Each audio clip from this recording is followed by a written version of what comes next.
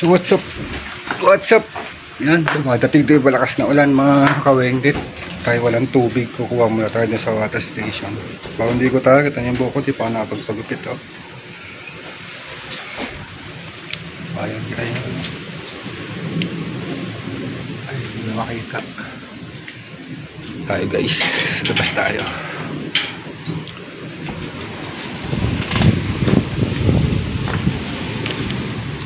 Ayan yung kotse gagamitin natin. Kuha tayo, wala na tayong tubig, kailangan mag-stock. Baka lumakas tong ulan eh. Lakas talaga, kita nyo naman, mahangin mga kaweng dito. Kita nyo naman oh. Oh. Grabe oh. May mga dadaanan natin, kuha na natin. Alright. Tayo guys, yung tubigan natin si Mrs. Oh, yun na, lakas ng ulan eh. Hangin pala guys, hangin. Tayo naman oh.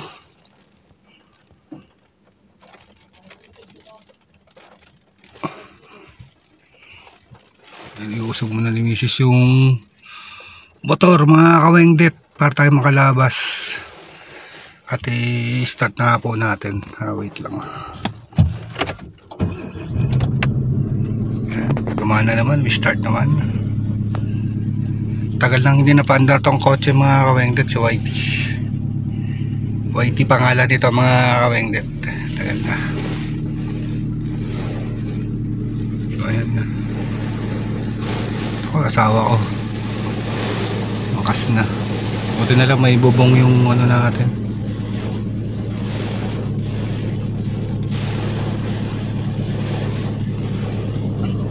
Umulan na.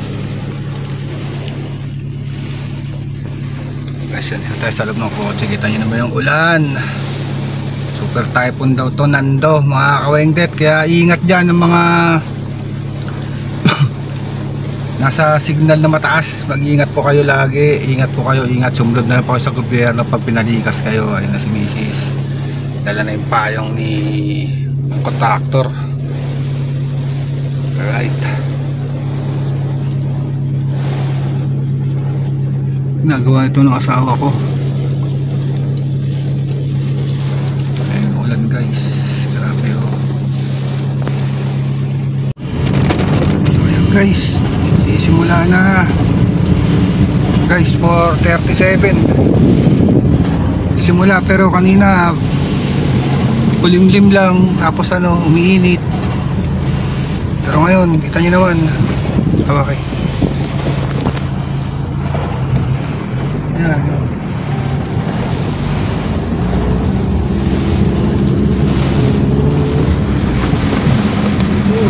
Naririnig ko ba? Sobra. Ano guys?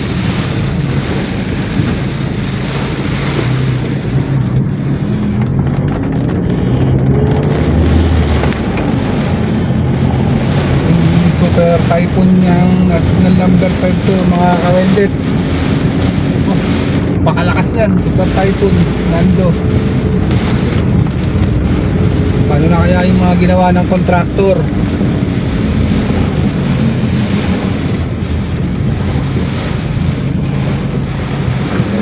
Papaservice nga ako. Pagpapamahal, hindi kayo mabuha. Eh guys, yung puno guys. Ano guys oh. Tumba na oh. Oh. Natumba na yung puno. Guys, ayan pa guys. Oh, tumba na mga puno. Ayan pa, patumba na rin yun oh. Oh, kita nyo naman. Sobrang lakas nito mga kawengdet. Alright. Ayan, hindi tayo makalabas ng kotse mga kawengdet, nakulong tayo, sobrang lakas ng ulan.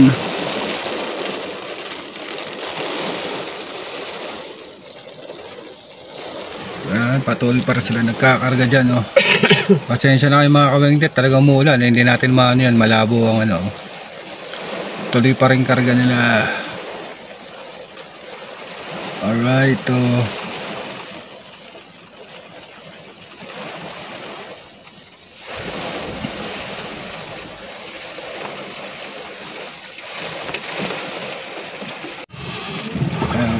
Basang-basa na si Jasper. Nakarga pa rin ng tubig.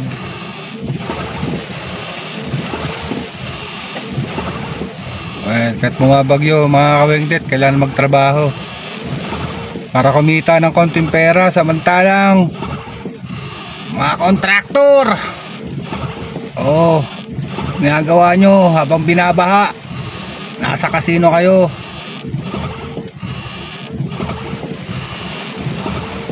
Shoutout sa inyo. Ayan mga kawengdet, lakas ng ulan. Taas pala ng bagyo.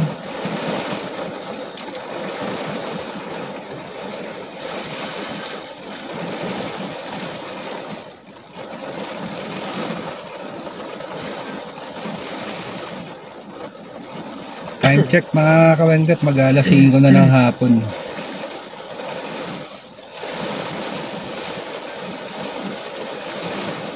Parang lumalakat ang ulan guys.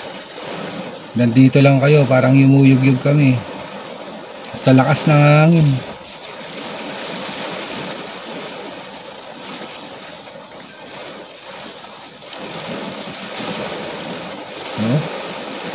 Lumalakad yung ano.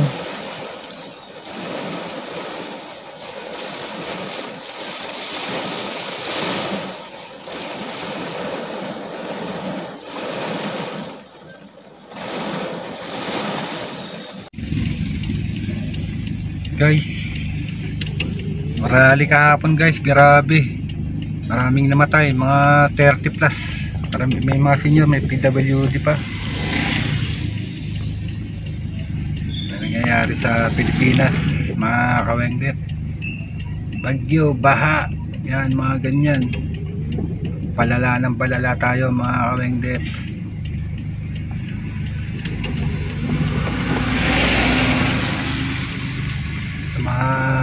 Nakapost guys yung mga namatay ng hirap. Ba't kasi sumasali pa sila sa rally? Sabagay, hindi natin sila masisi, makapiwalian ng mga nasa gobyerno. Talagang wala, babayad tayo ng tax, tapos kinukurakot lang nila. Grabe. Ayun, nabili lang ng ulam si Mrs. guys. Time check tayo, alas 6 na. At ayan, talagang inabangan namin yung bagyo para nakahanda naman kami. Paano, wag sanang bumaha. Bawa na may mga kababayan natin. Sobra.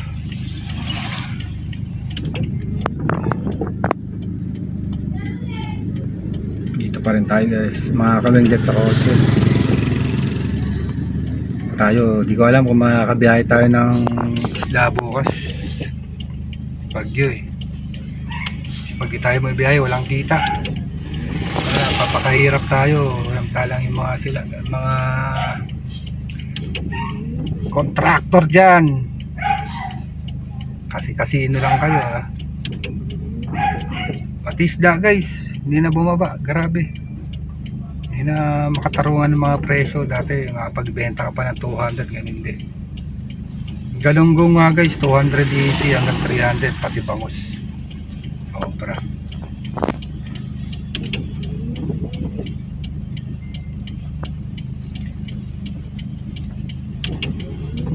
Hindi na alam kung anong pagbabago. Patas ang patas, hindi naman tumataas ang sahod.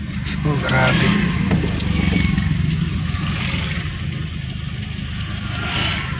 Guys, abang-abang na lang guys.